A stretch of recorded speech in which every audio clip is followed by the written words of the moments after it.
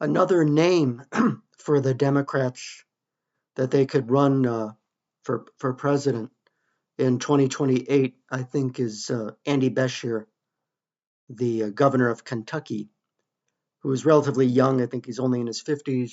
He's also the head of the governors um, association, like he's the head governor of of all the governors.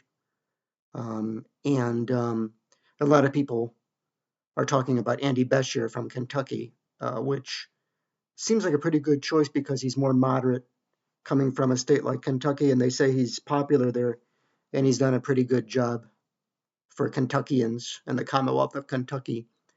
And an article I was looking at said that the Democrats should definitely go with the governor. They definitely want to go with the governor of a state. But Gavin Newsom, though some are saying that he is the front runner, there are other governors like Andy Beshear from Kentucky, who's very young, energetic, and seems like that kind of a governor would might be a better choice, or at least an alternative to Governor Newsom. So I just put out another name of Andy Beshear of Kentucky for the messed up Democrat Party since well, it just seems like almost like yesterday, the Kamala disaster of 24. And the Democrat Party is in such bad shape, and the government shutdown, the midterm elections coming up. It's its embryonic stages of who they're going to anoint or who they're going to pick to be the head of their party for 28, which that process is beginning around now because it goes by very fast, the election cycle with 26 and 28, the next two big elections.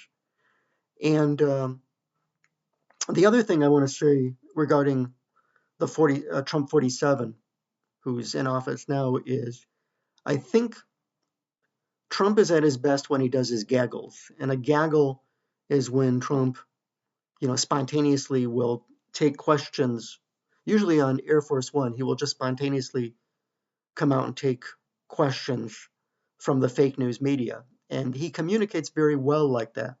He's usually very loud, kind of like on The Apprentice, like he's shouting and he's loud. But I think he communicates well when he's in that setting of a gaggle, which is becoming like his signature, is becoming a trademark of the second term, doing these gaggles.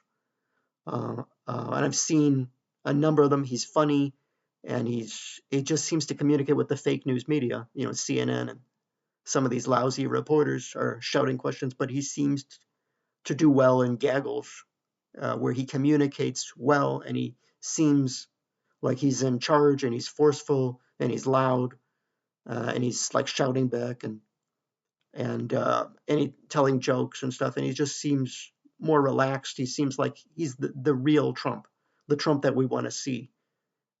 Which every president has a different style of how they communicate with the media, with the nation.